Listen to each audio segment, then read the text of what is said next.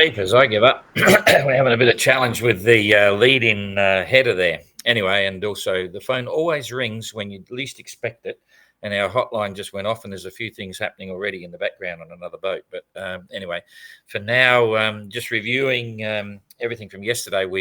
We were actually just we wrote a press release to send out on follow-up for the recovery of Stefan into Madeira.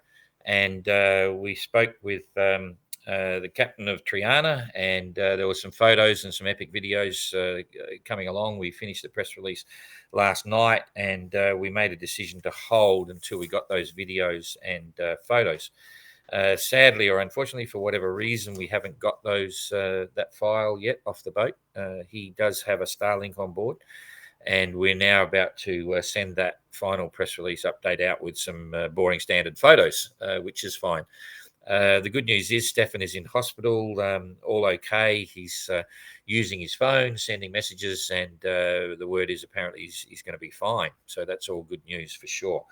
And thanks again to all of the various efforts from the Rescue Coordination Centres. We still haven't had a full briefing on exactly who was providing which aircraft and so on. Jean thought that he saw a French logo on the helicopter, and we thought the helicopter was Portuguese and the fixed wing was from France and so on. So I'm not sure. We can't be too definitive on that, but certainly Grisnez are always very supportive, and I believe they might have been assisting the Portuguese. I'm not sure.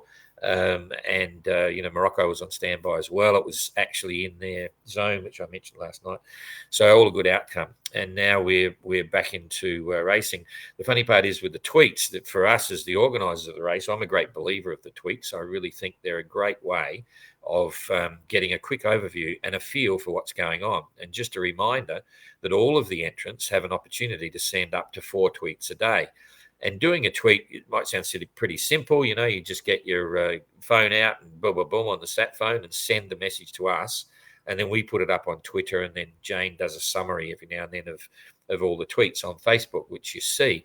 And in that sense, you quickly go through and you get these short grabs for all the entrants. And to me, it's just fantastic.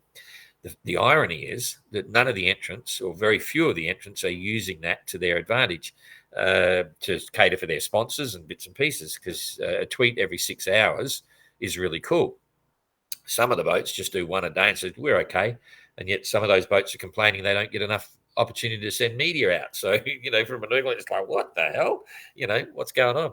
And that the fleet is all very comfortable when all they talk about is food and explorers, sort of smoked salmon and cream cheese with freshly baked bloody banana bread. And I'm thinking, huh?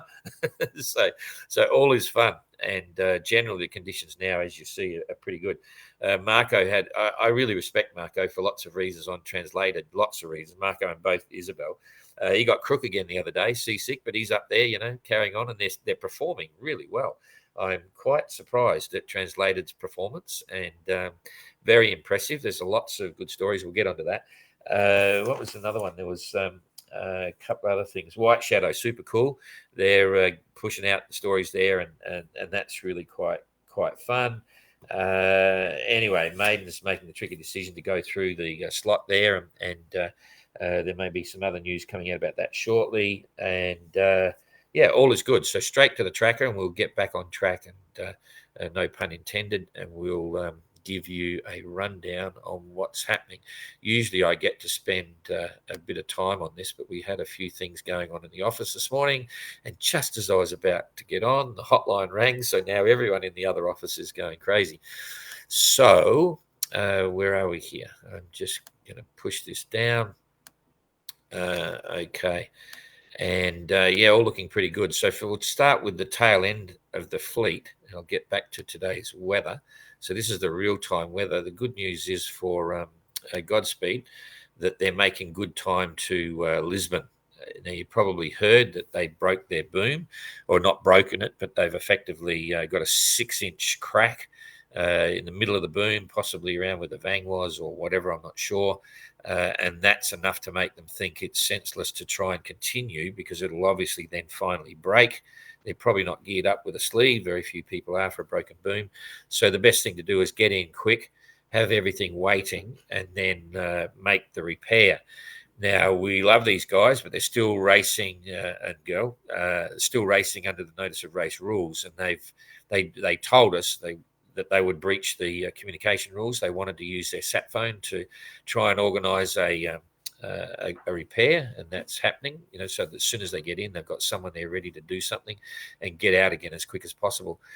So that's one breach of the notice of race. The next one is they'll be taking on support to continue them in the race, and that's actually not necessarily allowed without penalty, that's for sure. So I won't go into the potential ramifications of that. The breach of the communication rules could be about an 18-hour time penalty for the first breach.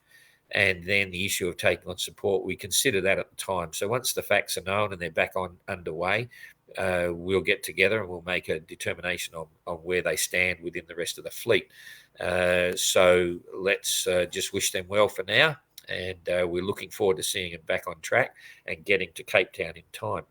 If you've been, let's just have a look at the leaderboard before we go much further. It's kind of interesting to watch what's going on. Line honours is pretty straightforward. It's stacked from top to bottom. Penjuic's now finally broken away. They got the kind of weather she's after, and she's got legs. I mean, he has got legs for sure. So that's obvious, and then it goes down the line. And the interesting one here is to look at the potential ETA. You know the numbers that are here on the leaderboard. Oh, I got to remember this now. I can't move it. Okay, so with the format, you're not seeing the boats down here. Anyway, I will just go through the ETAs into Cape Town and explain something. So, estimated date of arrival for Maiden, for instance, will be the estimated finish time, rather. Hang on, I'll go from the top. Estimated finish time for Penjuic is 17th of October, translated 19th of October, Maiden 19th of October, Spirit of Helsinki 20th, 24th for the Spirit Equipped. And if we go down the line, they're all speeding up a bit. So Explorer's due in on the 1st of November, Galliana 2nd of November, White Shadow 5th, and Evrika the 6th. What's happening is, and what you'll hopefully see as we go forward now, is the average speeds will slowly increase on the boats, and those arrival times will become a little bit more relevant to the idea of restarting the next leg of the race on November the 5th. So don't despair at the moment. We're pretty confident that most of the boats will be finished in time to have a bit of a break, service everything, and get going. Okay.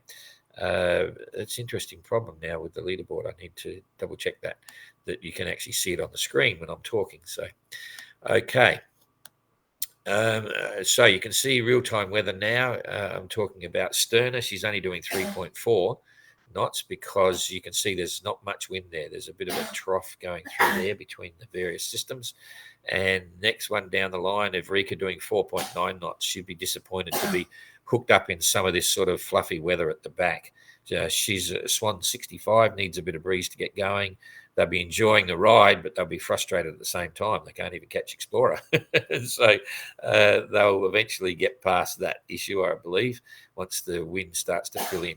Anyway, she's done, Evrika has done, what's going on here? I can't read that more information. What's that about? Evrika, that's okay. Sorry, we'll go back to the tracker now.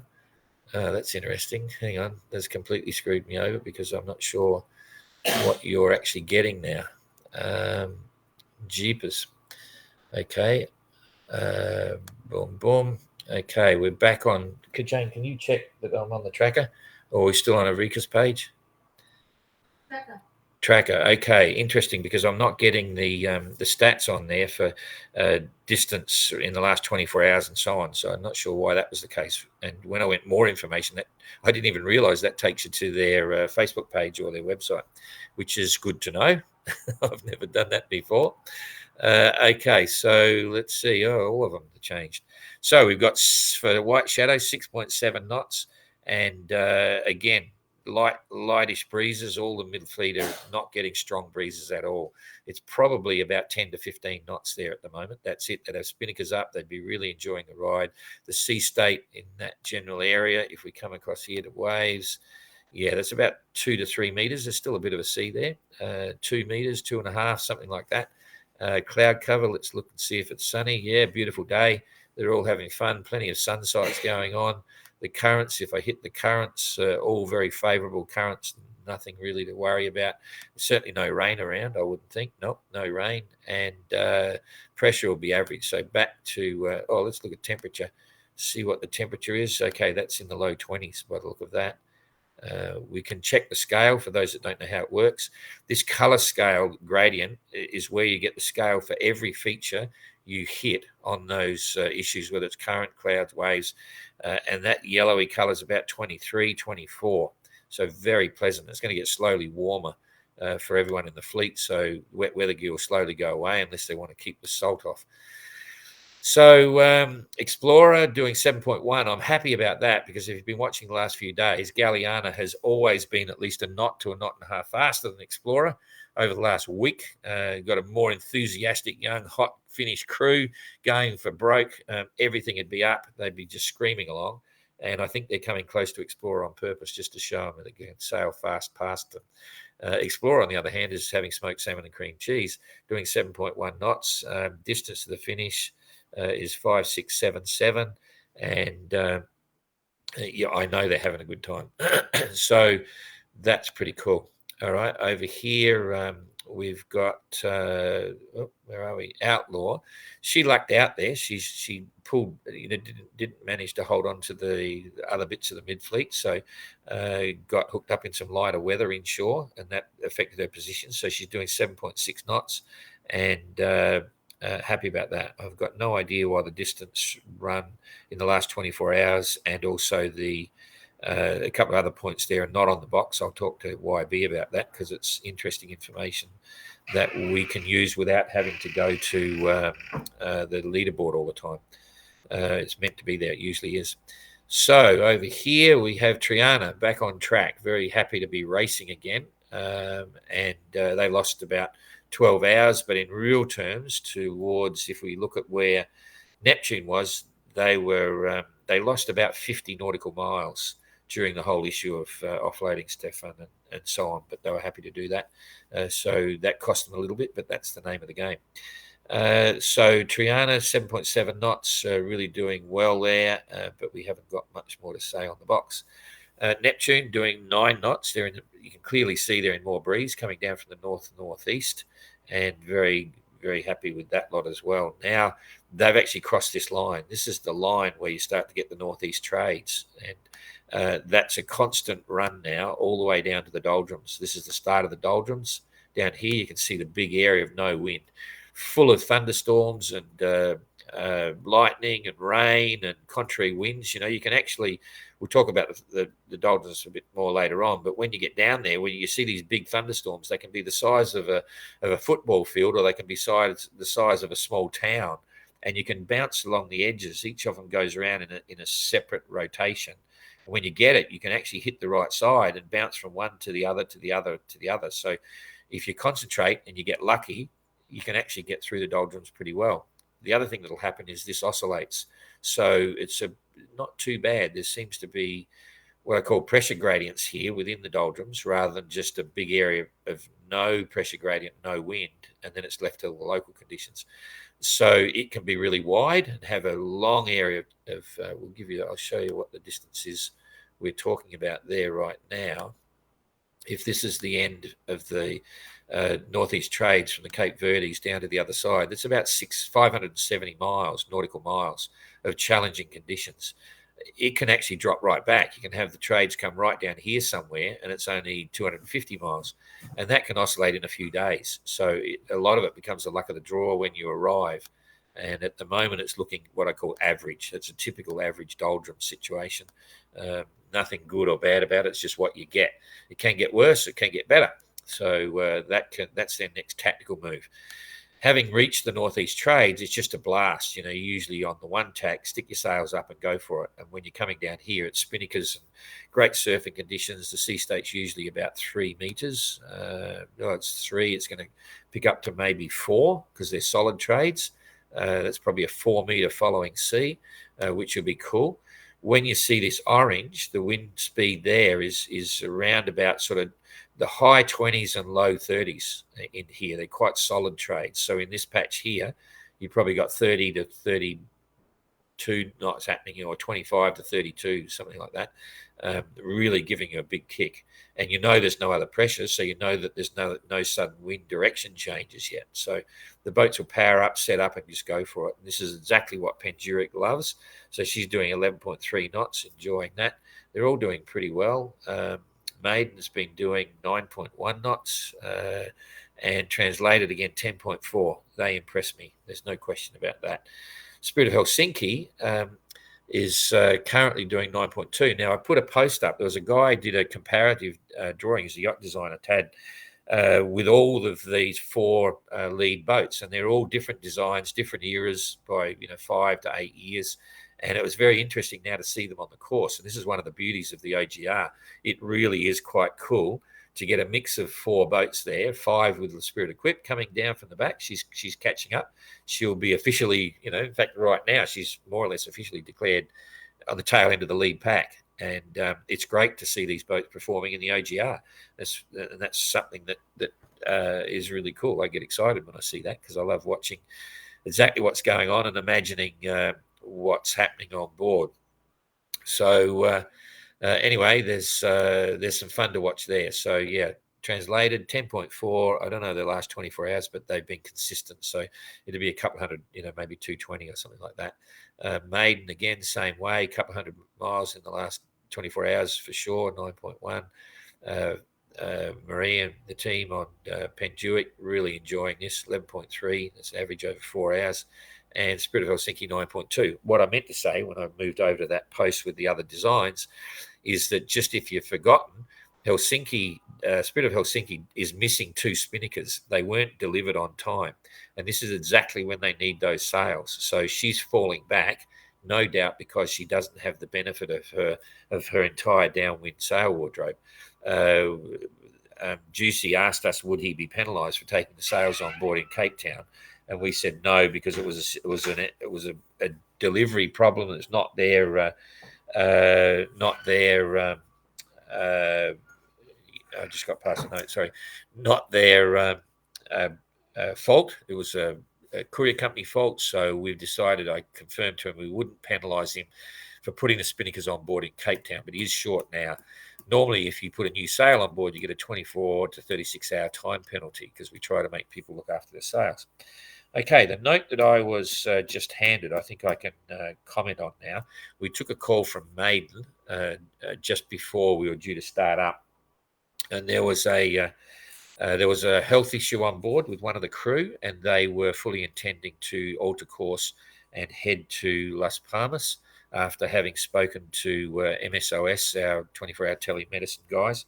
The decision was that it may be prudent to seek medical attention on shore. So Lutz was just we were just working up a plan. We discussed it all, and they were due to alter course. But the note that Lutz just passed me, they've been talking to everyone, and now that particular crew member has decided that they would rather not get off the boat, and so they're carrying on for now. And no doubt there may, if the issue, which is not an accident, not an injury, it was something that was evolving over a few days. And now the next opportunity, if it continues to be a problem, and I'm preempting this is just my conversation point, there is another opportunity to take up the idea of offloading someone in the Cape Verde, and they'll be down there pretty quick. And I would say that's probably what was part of the decision-making process on board. It's approximately distance to Cape Verde is what have we got here? Around 780 miles. So that's 3 or 4 days, or four days. 4 days or so. 4 or 5 days they'll be down there. So as I say, no need for any alarm, no cause. It was all precautionary stuff, but it was an interesting little story. And that particular the decision now has been cancelled. They're not going to make a stop in and head back to Las Palmas. So that's good news. Okay, we get rid of that. And I think I've covered off on most of the boats. So I'll just do a sweep. Yeah, the Spirit Equipped actually picked up by making that move earlier on when the low was appearing up north to go into the favourable following breezes. So that's kind of good. And then Neptune's doing well as well. So all cool. Not too late. Anyway, doesn't matter. We just said they're carrying on. That's fine. So okay, so let's see. Okay, so I think I've covered off on everything, and all is fine. So we'll look forward to being back again. We'll stand by for the press release about the wrap up of the issue of getting Stefan off the boat. So that's us done. Hang on, I just got to get back to here. Get back to here. Say goodbye. I didn't do the questions. Hang on. I'll just see if there's any questions here. Any questions? Nothing happening there. Good morning, Antigua. Morning from Waveland. G'day, everybody. Don Steve, the flat Earth guy. Okay, Steve. No questions. Love the updates. Triana was updating on the tracker more frequently during the evacuation. Can this be enabled for all boats? So, yeah, we can control any of the boats. We can bring the tracker down to whatever we want. If there's an emergency going on, we can bring it to 5 minutes if someone's converging. But we did have it on 15 minutes when the helicopter and plane were converging on Triana. We then went back to an hour. We're now back to 4 hourly. So we don't do it any closer than 4 hours because everyone complains because then they've got to look at the tracker every hour, every half hour. Not really. But no, 4 hours is the standard process, and we wouldn't change that. But it does get closer as the boats get to the finish line and get ready to cross. Lead boats are missing their crowns. Oh, well, yeah, there's a few things going on there this morning. So I'll try and find out. G'day from Finland. Translated as standard Swan 65, or is she modified? No, she's not modified, but they did a big refit. They took the teak decks off, and they, because they're in flyer class, they're able to go back to like an original configuration. So they're missing quite a lot of the locker doors and the doors inside. So they did a few little things to lighten her up, but they're only what I'd call minor. Effectively, it's the same standard Swan 65 with maybe a few 100 kilos of weight saving. That's about all. So, but they've got a very hot crew. The skipper is known as a very fast sailor, and dare I say it, Simon Kerwin's on board, who's a renowned GGR sailor. I mean, he was the fastest around the world by a mile, and that was all pretty cool. So all is good. And is Triana now out of the race? No, not at all. She's sailing. She's had a crew with a medevac, but that's all allowed under the notice of race, and she is yet to put in a full report on what happened, and we'll assess that. But there was no performance gain or anything like that that would suggest any type of penalty. So she's absolutely still in the race. Not new to this race, so a novice question. What's your novice question, Kate? Oh, there it is there. Yep, above that. No worries. We're always happy to take questions, and there's no such thing as a silly question. There's a French question, which I can't translate here at the moment. Translated 9 is standard 165, just been sailed very well. Yeah, exactly, Brian. I agree. All right, that's it. So we'll see you again tomorrow, and thanks for following. Remember to subscribe and share and all that sort of stuff. See ya. Oops, I pressed the wrong button here. We want that one there. Oh, wrong one. I'm just going to get out of here. See you later.